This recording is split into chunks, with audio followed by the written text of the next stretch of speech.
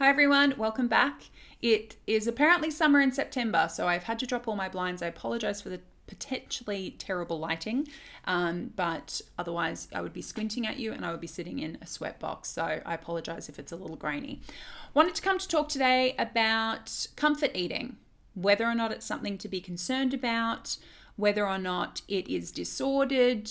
Obviously, these are sort of my views and observations, not only from my own experience with comfort eating and my eating disorder, but the work that I do with clients, because this comes up a lot. It comes up a lot in comment sections, it comes up a lot in client sessions, and it's totally understandable why this is such a common concern about what it is and whether or not it's something that should be causing alarm. Whether or not comfort eating is a concern or something that, is starting to tip into something disordered absolutely depends on the individual context. Comfort eating more broadly is not disordered in my view. And I'll tell you why.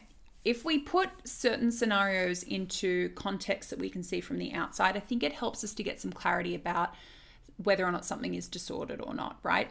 So let's take the example that, a girlfriend of yours has been broken up with, devastating breakup. You go over to her house and what do you guys do together? She probably cries a lot. You probably do a lot of listening and affirming and meeting her where she is and, connecting and grounding with her, right? You probably distract her as much as you need to with like a joke at maybe her ex's expense and, her favorite TV show, her favorite comfort movie. You're probably eating ice cream together. You're probably getting her favorite takeaway because it's soothing and comforting. So you might see the point that I'm getting at here, right?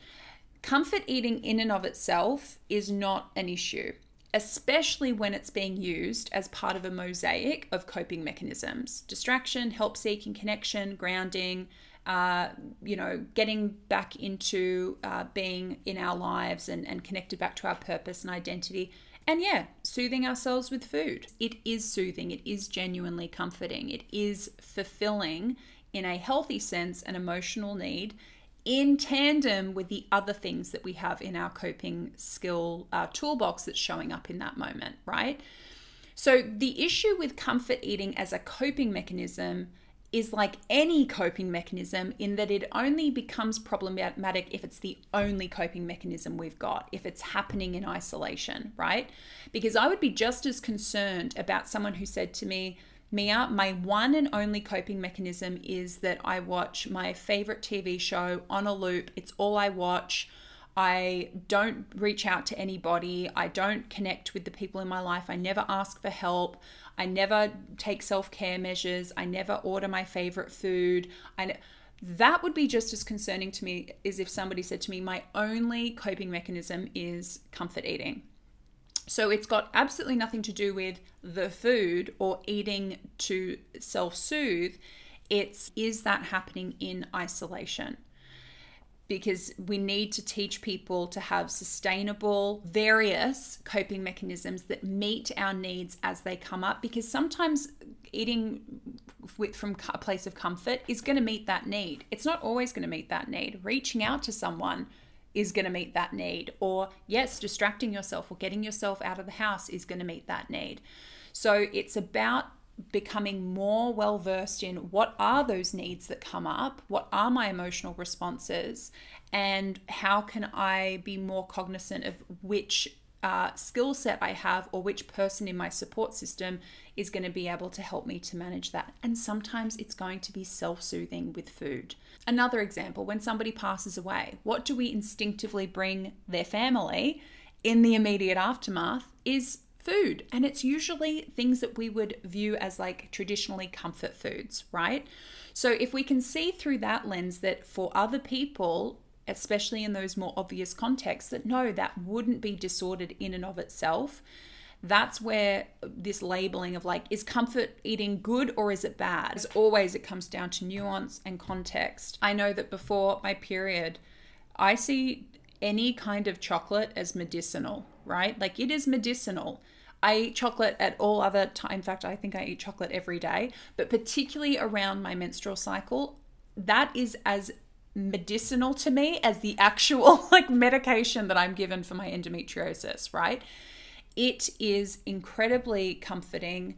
It is very, very soothing. Or when I'm missing my dad, I will make a meal that he loved, or I will get a dessert that I know he loved, like creme brulee. I will do the same thing when I'm like missing my grandparents. I will make the comfort food, and it was very grandparent comfort food that they would make for me, because it makes me feel connected to my family and people who aren't here anymore. And it tastes great, and it meets that emotional need in that moment. But I don't just use it in isolation. Other times when I'm experiencing grief, no, some crumb cutlets are not going to do it. I have to reach out to people. I have to let myself cry. I have to go to therapy. There's so many things that we need to match the various emotional experiences we're going to have. If we see it as a mosaic, I like using that term mosaic, because one individual piece does not make a picture, right? But when we put all the right pieces together, it does make a beautiful picture where we can see the whole story. And it's the same with our coping mechanisms. One coping mechanism does not tell a whole story. It is not a full picture. Now, when comfort eating can spiral into binging, then yes, of course, we're going to have an association that like all comfort eating is bad. And it just isn't. But I do understand how confusing that can be, because I came from a history of anorexia binge purge subtype, which means you've got a combination of behaviors which can be pretty tricky to navigate in recovery, where you're easing restriction, but by virtue of doing that, you're also potentially triggering binge behaviors.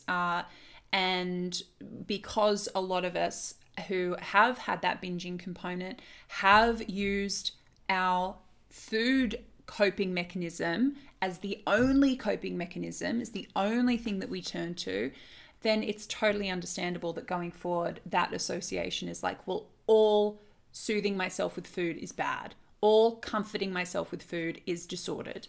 It just isn't. We've got to kind of like break that process down and see that there's probably times when you were from a very healthy self-oriented place looking to soothe and comfort yourself, and then eating disorder hijacked the process. Like when we're easing somebody's restriction, eating disorder can and may jump in and sabotage that. Doesn't mean that you shouldn't ease restriction. It means that we need to work on that intervention point when eating disorder shows up and tries to hijack what is a recovery-oriented process. I hope I framed that in a way that was helpful, that maybe helps you reflect on where comfort eating might be showing up for you and some of the labels that you might have given it.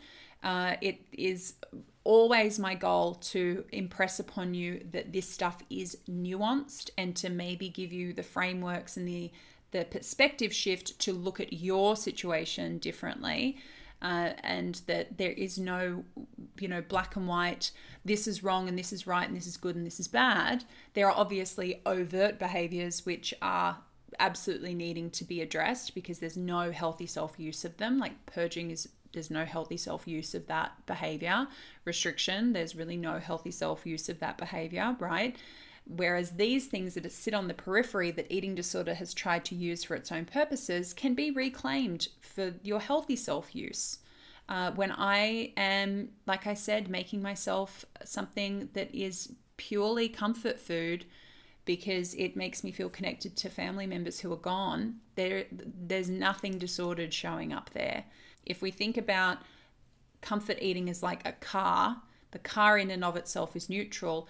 It's about who's driving the car, right? Is it your eating disorder or is it your healthy self?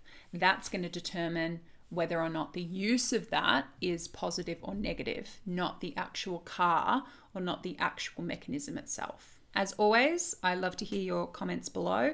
Make sure that you come and join us for the Body Neutrality Workshop coming up in October. There's only a few tickets left for that one. It's a full week together. Beautiful workbook for you, 2 Facebook Lives with me, a full week with me in the private Facebook group that we have, answering all your questions and giving you actual practical skills and tools to navigate moments of body image distress, how to reduce body monitoring behaviors, and just overall how to get to a more tolerable place with your body image, particularly through the recovery process. I think that's it for this week. Next week, we have an amazing podcast episode with CCI coach and founder of Recovered Living New Zealand, Christy Amadio, to talk all about the amazing residential that she's opened up in New Zealand. So keep an eye out for that next week as well. In the meantime, guys, much love. Take care.